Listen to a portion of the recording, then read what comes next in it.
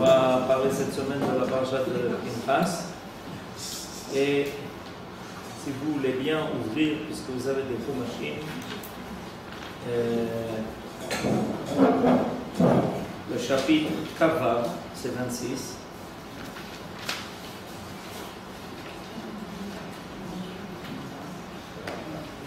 Le chapitre Kavav est consacré au dénombre des enfants d'Israël dans le désert. C'est évidemment pas la première fois, on le sait. Et une fois de plus, les enfants d'Israël, après qu'ils aient passé le désert, à la fin de leur pérégrination, les enfants d'Israël sont à nouveau comptés. Et évidemment, on rencontre à nouveau le chiffre bien connu des enfants d'Israël au Pasuk Nun Aleph. Si vous regardez le Pasuk Nun Aleph, il y a finalement le résumé et le calcul final de tous ceux qui ont été dénombrés. Je lis le Pasuk Nun Aleph. Et les Pekudei Bene Israël, Shesh Meot Elef, Va Aleph, Shva Meot ou Shloshim. Donc, voici le nombre final de tous ceux qui ont été dénombrés, des enfants d'Israël, 600 000 et 1 000, ça fait 601 000 et 730. 601 730. Voilà le dénombrement final des Béné Israël. Ok? Ce chiffre de 600 000 est un chiffre qui est bien connu. C'est un chiffre que l'on a déjà rencontré. On l'a rencontré lors de la sortie d'Égypte. On l'a rencontré lors du don de la Torah au Sinaï.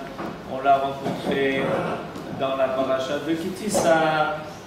On l'a déjà rencontré. C'est un chiffre qui est à peu près stable et qui nous parle donc de ces 600 000. Alors aujourd'hui, je voudrais vous amener à propos de ça un enseignement de Rabbeinu Bechaye. Rabbeinu Bechaye est un des commentateurs, des commentaires les plus célèbres sur la Torah, qui nous amène beaucoup de choses sur la Torah et beaucoup de secrets. Alors je vais vous lire quelques phrases de son commentaire parce que ça va être une grande surprise. Shesh meot elef, va alef, shva meot shloshim, da. Sache, nous dit Rabbeinu Bechaye, qui a misparazé que ce chiffre-là, gam oto shebemidbar Sinaï, est le chiffre qui a déjà été rappelé dans le désert du Sinaï. Shesh meot elef, ou shloshet alafim, vechamesh meot vechamishim. La fois précédente, le chiffre qui avait été rappelé au début du Chumash de Bamidbar. Au début du Chumash de Bamidbar, il y a déjà eu un dénombrement. C'est pour ça d'ailleurs que le Chumash de Bamidbar porte un surnom. Chumash HaPekudim. Les nombres en français. Et Chumash HaPekudim, c'est le surnom du Chumash de Bamidbar. D'accord? Comme vient de nous dire Yehuda, on a l'habitude de le traduire en français, les nombres, parce qu'on trouve à nouveau un dénombrement des enfants d'Israël, alors que c'est déjà apparu en tête de ce livre-là. Là-bas, le chiffre qui était rappelé était de 603 550. Donc il n'y a pas de grande différence. Ce qu'on avait donc au début de notre livre de Bamidbar, il y a à peu près un peu moins de 2000 de différence entre les deux dénombrements. Alors nous dit Rabbeinu Bechaye, sache que ce chiffre-là, qui tourne autour de 600 000, 601 000, 603 000, ok, à peu près, Lo nichlal bo kol Israël. Il faut que tu saches que ce chiffre-là n'est pas le chiffre, statistiquement parlant, de tous les enfants d'Israël. Qui en laim sov et tachlit. Nous dit Rabbeinu Bechaye, sache une chose, c'est que on ne connaît pas véritablement et on n'a jamais connu et on ne connaîtra jamais le nombre exact des enfants d'Israël. Qui aime la haine, écoutez bien les mots en ivrite, pour ceux qui ont fini l'ulpan, au moins bête, qui aime la haine sauf vetachlit. Velo yadanu mispar kol Israël. Et sache que ces chiffres-là, qui reviennent dans la Torah à chaque fois, 600 000 un peu plus, 600 000 à peu près, nous ne savons pas par là quel est véritablement leur dénombrement. Sheare lo nimnu kan vekan, parce qu'il faut que tu saches que ce chiffre-là de 600 000, 1, 600 000, 3, etc., n'ont été décomptés dans ce chiffre-là que ceux qui sont mi ben esrin shana v'ma'ala, que ceux qui sont de 20 ans et plus, kol yotzei tzava be'Israël, c'est-à-dire ceux qui sont susceptibles de faire partie de l'armée. Ou bevadai, je continue avec l'enseignement de Rabbeinu Bechaye, ou bevadai, ayu be'Israël, be'otam shehem mi ben esrim shana v'ma'ala, kamazkenim. Il est clair qu'à part ce chiffre de 600 000, il y avait en plus ceux qui ne pouvaient plus déjà aller à l'armée. Kamazkenim, vekama cholim, vechalouché koach, et ceux qui n'avaient pas la force de se mobiliser.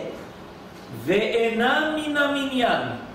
Et tous ces gens-là, et tu peux encore ajouter évidemment d'autres, ne font pas partie du dénombrement. Les filles, shelo ayu re'uyim la tzava, parce qu'ils n'étaient pas capables de sortir au combat. Donc quand on parle de 600 000, on parle des combattants. En plus, des hommes, des hommes de 20 ans et plus, combattants. Donc, il n'y a pas là-dedans les femmes, les personnes âgées, ceux qui ne peuvent, les enfants, ceux qui ne peuvent pas aller au combat, ceux qui n'ont pas la force, ceux qui sont malades, ceux qui sont ci, ceux qui sont ça, ve'enan bichlal yotzei tzava. Et ils ne font pas partie de ceux qui ont été dénombrés pour l'armée. Imken, je continue, mispar bene Israël, le chiffre des enfants d'Israël, lo niskar baktuvim, tu ne trouveras jamais dans la Bible le chiffre total des enfants d'Israël. Jamais. Beshum makom. À aucun endroit, tu ne trouveras le chiffre de la totalité des enfants d'Israël. Velo yada'nuhu klal. Et nous ne l'avons jamais su, et nous ne le saurons jamais. Ça me rappelle que Zichrono Livracha, quand mon beau-père a fait son alia, de ça de nombreuses années, il voyait beaucoup de gens dans les rues, il allait au travail, il revenait, il voyait des gens dans les rues. À l'époque, près de Mashbir, c'était la foule, etc. Aujourd'hui, il y a déjà d'autres centres en ville. Et il revenait à la maison et il disait, on nous raconte des histoires. De quoi tu parles? Il disait, on nous raconte des histoires. Le chiffre qu'il donne, qu'on est ici en Israël, c'est contre l'Aïnara. Ils ne disent pas le véritable chiffre. Ils ne disent pas le véritable chiffre. Alors ensuite, quand les gens ont commencé à se balader dans le monde entier, et là où ils vont, ils trouvent au moins 250 000 Israéliens, ça fait beaucoup pour être dans le monde entier, partout, 250 000 Israéliens. Ça fait quand même pas mal. Là où tu vas, Australie, 250 000 Israéliens. Tu vas à New York, 250 000 Israéliens. Tu vas en Australie, 250 000 Israéliens. Là où tu vas, 250 000 Israéliens. Tu vas en Inde, 250 000 Israéliens. Alors qu'on ne nous raconte pas d'histoire. On ne nous raconte pas qu'on est... Quelle Rosé? Est-ce qu'il y a une cause? Ah, évidemment. Est-ce qu'il y a une cause à ça? Belle question. Est-ce qu'il y a une cause à ça? Mais là, premièrement, il y a une constatation qui est très importante. Parce qu'on est habitué à ce chiffre de 600 000 et on est persuadé que quand on dit 600 000, eh bien voilà, les enfants d'Israël dans le désert étaient 600 000. Alors Rabbeinu Ben Chaye vient et nous dit, allez, mettez ça de côté, c'est pas le chiffre. C'est le chiffre de ceux qui étaient capables d'être des combattants. Mais le nombre des enfants d'Israël, le vrai, la totalité, nous ne l'avons marqué nulle part, nous ne l'avons jamais su et nous ne le saurons jamais. Alors là, évidemment, se pose une grave question. Comment se fait-il que le peuple d'Israël, ce peuple-là que Akadosh Baruch Hu aime tellement et auquel il est tellement attaché, on ne connaît jamais, on n'a jamais su, on ne connaît jamais, on ne connaîtra jamais, on ne saura jamais là où on est, combien on est. Alors avant de répondre à cette question, pourquoi c'est comme ça, on va faire une deuxième constatation qui ne va pas vous surprendre moins que celle-là. Le chiffre exact quand même de 20 et au-delà, il est précis. C'est un affaire. Ça, ce chiffre-là, il est précis. Mais Rabbeinu Ben Chaye me dit, ce chiffre-là, il est précis, mais ce n'est pas le nombre des enfants d'Israël. C'est la marque. 3,5 millions. Pardon? Il y a une évaluation à 3,5 millions. D'accord. Vous avez entendu le mot évaluation. Ça veut dire quoi? Ça veut dire qu'on ne sait pas. On évalue. On ne sait pas. Par exemple, on nous dit qu'à l'époque du roi Agrippas, vous connaissez le roi Agrippas? Si vous ne connaissez pas le roi, vous connaissez au moins la rue. Enfin, vous ne connaissez pas le roi, mais vous connaissez la rue. Sachez que Agrippas, c'est le nom d'un roi de l'époque asmonéenne. Il est marqué qu'à son époque, les enfants d'Israël ont amené au Beth Amikdash 1 200 000 korbanot Pesach. 1 200 000 korbanot. Ok. Chaque combien de personnes sur chaque korban? Vous avez déjà mangé un truc? Essayez de faire le calcul. Moi, j'évalue à peu près à 12 millions. À peu près à 12 millions. 10 personnes par korban, ça me paraît le minimum, surtout que c'était pas une famille, plusieurs familles pouvaient se réunir. Et non echad ela nimnuyam, c'est-à-dire ceux qui ont des...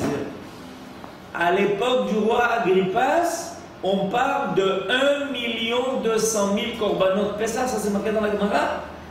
Alors, multiplié par le nombre de personnes, parce que on n'a pas le droit d'offrir un korban si on n'a pas l'intention de manger la viande. Il faut offrir le korban avec l'intention de manger la viande du korban. On n'a pas le droit de laisser la viande après minuit, ce que l'on appelle la ficomane. Alors imaginez-vous combien de personnes étaient destinées à ce korban-là. Mais c'est phénoménal. On n'a jamais connu le chiffre d'enfants d'Israël. Alors on a toujours des évaluations, les historiens ils aiment bien faire des évaluations, mais rien ne nous a jamais prouvé quel a été le chiffre. Alors, je vais vous donner une deuxième remarque à propos de ça. Combien de lettres il y a-t-il dans la Torah? Et voilà. Notre ami Yosef nous dit évidemment 600 000, c'est connu. Il y a autant de lettres que de Béné Israël, c'est bien connu. Chacun a sa lettre dans la Torah. Donc il y a 600 000 lettres, 600 000 enfants d'Israël. Okay? Israël, vous pouvez noter Yud, Yesh, Shin, Shishim, Resh, Ribo, Aleph, Otiot, la Torah. Yesh, Shishim, Ribo, Otiot, la Torah. Initial, Israël. Ok? Eh bien, si vous comptez le nombre de lettres qu'il y a dans la Torah, 304 805. Et on ne peut pas évidemment rater ce chiffre. Pour quelle raison? Parce que tout celui qui écrit un Sefer Torah, il est obligé de faire vérifier son Sefer Torah. Et pas une lettre de plus, et pas une lettre de moins.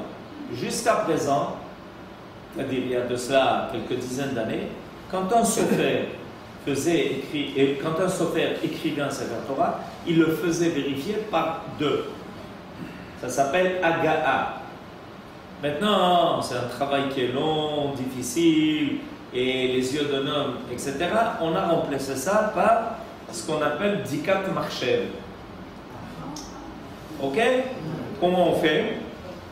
Ah oui, tous les Sifrei Torah aujourd'hui sont vérifiés par un programme d'ordinateur.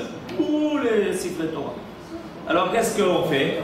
Évidemment, on met le claf, le parchemin, le marchel photocopie, il fait une srika, ce qu'on appelle. Je sais pas comment on dit ça. Scan. Hein? Scan. Il y a un scanner. Il scanne le Sefer Torah, il le photocopie, il garde dans sa mémoire. Sachez que tous les Sifrei Torah aujourd'hui sont gardés en mémoire. D'ailleurs, ça empêche les vols. Ben oui, parce que tous aujourd'hui les Sifrei Torah sont scannés et gardés en mémoire. Si un jour quelqu'un vient vendre un Sefer Torah, on lui dit d'où il vient ce Sefer Torah? Je l'ai acheté du vendeur qui l'a acheté du vendeur. Ok, on a compris. Tu l'as acheté du vendeur qui a acheté du vendeur. On va tout de suite vérifier. On voit, et si on s'aperçoit que le Sefer Torah qu'il nous présente est identique à un Sefer Torah qui a été volé il y a de ça 13 ans, on lui dit, eh bien, le vendeur qui l'a vendu à l'acheteur, qui l'a vendu à l'interacheteur, en réalité c'est un voleur. Parce que ce Sefer Torah, on sait qu'il vient qu'il a été écrit par un tel, à tel endroit, à telle date, etc. Impossible. C'est comme ça que ça se passe aujourd'hui. Aujourd'hui, quand on veut assurer un Sefer Torah, ok, il y a un organisme qui s'occupe de ça, et les nôtres aussi. Quelqu'un vient, photocopie le truc. Chaque sofer, il a évidemment une écriture qui est personnalisée. Nous, quand quelqu'un ne s'y connaît pas et qui voit les lettres d'un Sefer Torah, pour lui, il a l'impression que tous les sofrim, ils écrivent de la même façon.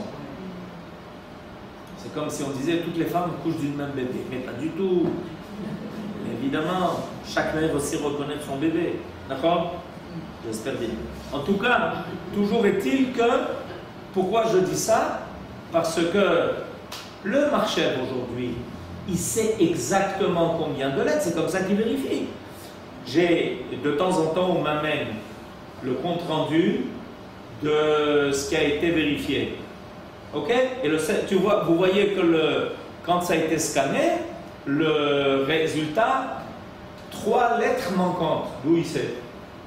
Parce qu'il n'a aucun problème. Il sait que dans le Sefer Torah, il y a 304 805 lettres. Il a compté et il a trouvé 304 801 lettres. Donc il en manque 3. Vous avez compris? Et ça arrive, hein, il ne faut pas vous imaginer.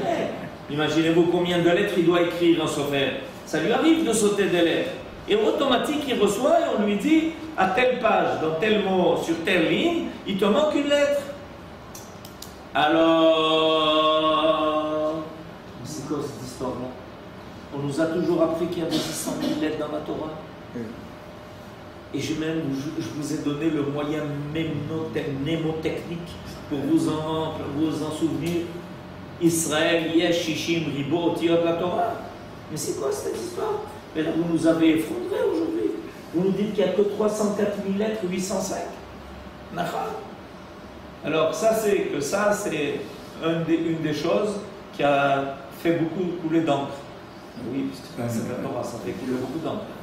Cette histoire de comprendre comment on a pu dire, il y a des articles et des articles et des articles, que dans la tradition, on a comme tradition qu'il y a 600 000 lettres et que quand on les compte, et aujourd'hui on ne peut plus, hein, c'est compter, c'est le computer qui compte, et il nous dit, non pas du tout, il y a 304 000 lettres, 805.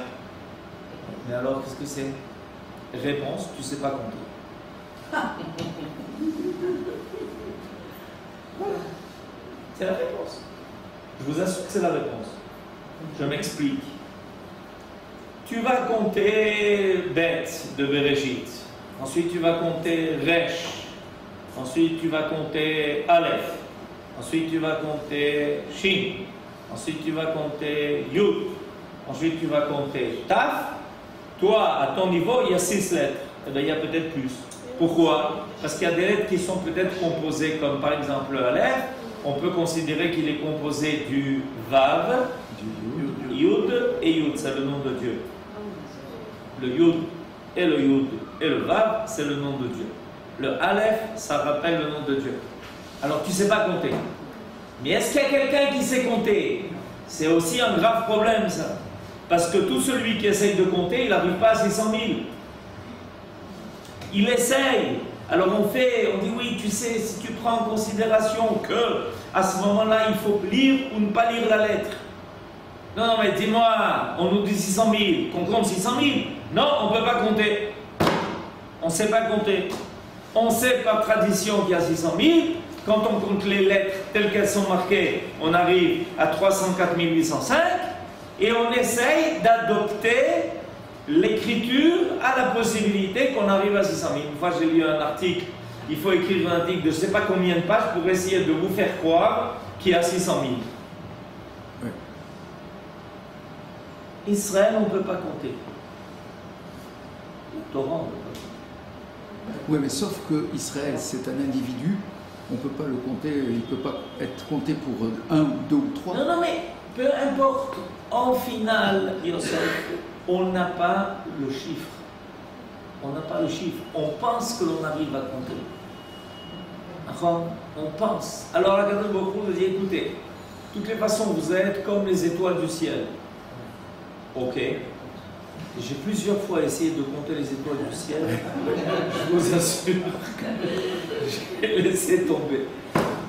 Et ensuite, il nous dit, mais ne vous inquiétez pas, vous serez comme les grains du sable. J'ai plusieurs fois essayé de compter les grains du sable. Et j'ai jamais réussi à compter les grains du sable. Alors qu'est-ce qu'il y a? Quel est le secret qui se cache derrière le fait que, en réalité, on a une tradition, on a entendu un chiffre, et la réalité ne colle pas à ce qui nous a été transmis. Réponse, parce qu'il y a deux réalités. Il y a la réalité humaine et il y a la réalité divine. Or, la réalité divine, quel chiffre est là? L'infini. C'est la réalité du Enso. C'est ce que nous dit Rabbeinu Bechaye. On ne saura jamais quel est le chiffre des enfants d'Israël. Il y a un seul. C'est-à-dire qu'il y a dans le monde deux dimensions, et il y en a une troisième que je vous dirai plus tard, où on voit tout d'un coup se révéler quelque chose qui ne se chiffre plus, qui va au-delà de ce qui est scientifiquement compté. Comme on le voit pour les enfants d'Israël, où jamais on ne nous a dit le véritable chiffre des enfants d'Israël.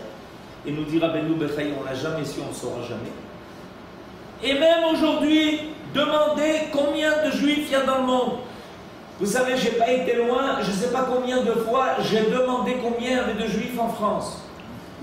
Des millions. Alors, récemment, quelqu'un m'a dit il y a plusieurs millions. Je rigole pas. Il y a quelqu'un qui dit non, mais tu rigoles. Il y a à peine 100 000. Et on est passé de quelques millions à peine 100 000. Mais non, un demi-million. Non, t'exagères. 300 000. Mais dites-moi, c'est difficile de compter les gens. Réponse? Oui. Les enfants d'Israël, oui, on n'y arrive pas. Essayez de trouver deux personnes qui s'occupent de ça et qui soient d'accord sur quelque chose d'aussi simple que de faire le recensement des Juifs quelque part dans le monde. Vous n'y arriverez jamais. Combien il y a de Juifs en Amérique? 6 millions. Mais tu rigoles, comment 6 millions? Peut-être 2 millions. Mais tu rigoles, ils étaient 6 millions. Mais aujourd'hui, je ne sais pas. En réalité, vous vérifierez, personne n'est capable de dire, statistiquement parlant, quel est le chiffre exact des enfants d'Israël dans le monde. Impossible.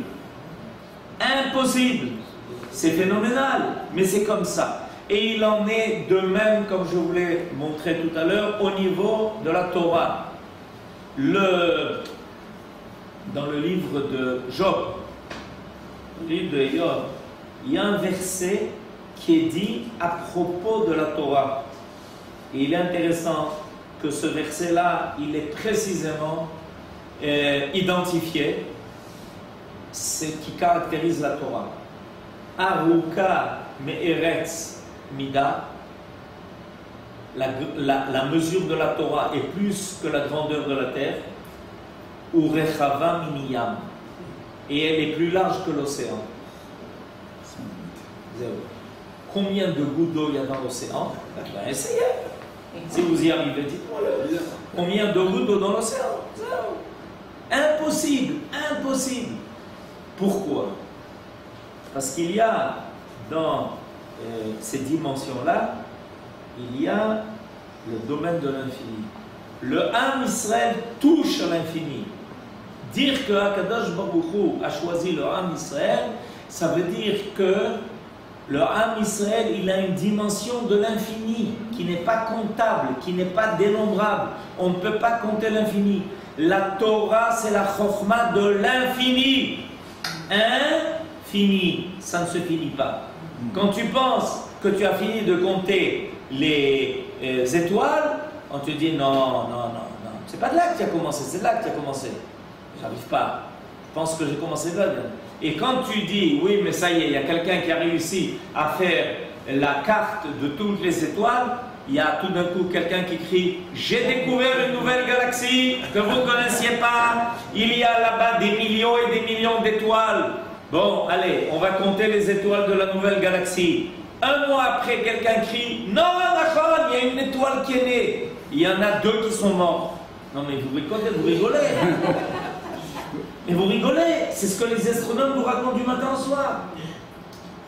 Je vous assure, si vous vous intéressez à l'astronomie, lisez, on vous raconte qu'il y a des galaxies qui disparaissent, d'autres qui naissent, des étoiles qui étaient vivantes il y a 300 milliards, 450 millions, 650 000 années. Je ne sais pas comment ils ont réussi à compter tout ça, que de dire qu'il y avait des étoiles qui existaient. Elles existaient, mais depuis 3 milliards, elles n'existent plus. Alors pourquoi on les voit? On les voit, mais en réalité, elles ne sont plus là. Non mais vous rigolez. Mais diouk ça. C'est diouk ça. Parce qu'on touche le domaine de l'infini. Quand on touche le domaine de l'infini, l'homme n'a plus les instruments qui lui permettent de saisir. L'infini est insaisissable. Okay. Ça me cause un problème. Ça cause un problème, ce que vous développez. C'est qu'on dit que ça implique des notions de halakha, que quand il y aurait la majorité de juifs en Israël, ça implique... Alors comment on va le définir? Alors sachez une chose, c'est que du matin au soir, il y en a qui disent qu'on est déjà arrivé à ça, et d'autres qui disent qu'on n'y est pas arrivé. Ça prouve quoi? On ne sait pas. Alors, votre question est très bonne, d'accord? Alors, il y a 2 possibilités pour répondre à votre question. Première réponse, le Sanhédrin. On attend que le Sanhédrin fasse un psaque et nous dise, comptez sur nous, on a évalué qui a la majorité. La majorité, d'accord, ça ne veut pas dire qu'on sait exactement le chiffre. On est la majorité. Gros, aujourd'hui, on évalue le nombre de juifs dans le monde à 14 millions, grosso modo. C'est-à-dire, on est encore 2 millions de moins de juifs qu'avant la Shoah. Vous avez entendu ce que je viens de dire? On est encore 2 millions de moins de juifs dans le monde qu'avant la Shoah. Combien de temps sont passés depuis la Shoah? Combien? La Shoah a éclaté en 1939. D'accord? La Seconde Guerre mondiale. On est en 19. Combien de temps sont passés? 80. Il y a 80 ans qui se sont déroulés depuis la Shoah, et le Ham Israël, non seulement il n'a pas récupéré le chiffre qu'il avait, il est encore en déficit de 2 millions de juifs. Alors, on sait grosso modo qu'on est 14 millions. Quand il y aura dans le peuple, dans l'État d'Israël, 8 millions de juifs, Kanirbo, Amen, Kaniratzor, Bekarov, Beyameno, Amen, alors le Sanhedrin vous dire, on ne sait pas exactement, mais en tout cas, sur les 14 millions, il y a un 8. Donc, il n'y a pas de doute, on est ici en majorité. Ça, c'est la première possibilité. La deuxième possibilité, c'est qu'on aura des signes. Par exemple, la prophétie, elle n'apparaît pas pour des individus, elle apparaît pour le peuple. Et s'il y a un renouvellement de la prophétie, qui est vérifié évidemment, pas chacun qui raconte du matin au soir qu'il est prophète parce qu'il a bu un peu trop de bouquin. C'est quelqu'un qui... On pourra vérifier que Béhémet il est prophète. Ça nous donnera une indication que la majorité sera là. Ça ne veut pas dire pour autant qu'on connaîtra le chiffre, mais on saura que la majorité est là. Quel? Par ailleurs, il y a... Non, c'est pas vrai, excusez-moi. Chaque année, à l'occasion de Rosh Hashanah ou de Masraout, vous avez le bureau des statistiques qui vous indique à l'unité près le nombre de juifs, de chrétiens, de musulmans, d'arabes, etc. Essayez de vérifier.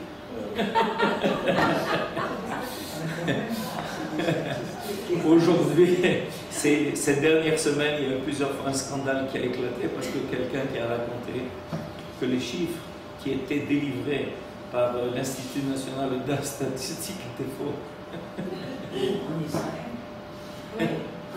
Les chiffres qui parlaient de tas de choses, comme quoi c'était la chose la plus confirmée, la plus officielle. Il y a quelqu'un qui a révélé, dit en réalité, les chiffres ne sont pas exacts. Oh, honteux, on nous raconte des histoires. D'abord, c'est vrai qu'on nous raconte des histoires. Mais toujours est-il, si vous croyez que l'Institut de statistique il est capable de dire exactement que Bezrat Hashem, le Ham Israël, il se propage. Alors il y a une troisième chose qui n'est pas mesurable. Le Ham Israël n'est pas mesurable. La Torah n'est pas mesurable. Je vous ai donné la preuve, d'accord? Regardez, vous vérifierez qu'il y a 304 000 lettres et pas 600 000. La troisième chose qui n'est pas mesurable, c'est la terre d'Israël. Et nos sages nous disent que, en aucun cas, selon les midot, c'est-à-dire les mesures, l'arche avec les tables de la loi ne pouvait tenir dans le Kodesh HaKodashim. Impossible. La grandeur des ailes des chérubins et des tables de la loi, c'est plus large que les murs. Alors comment on sait là-bas? Il ne faut pas poser de questions.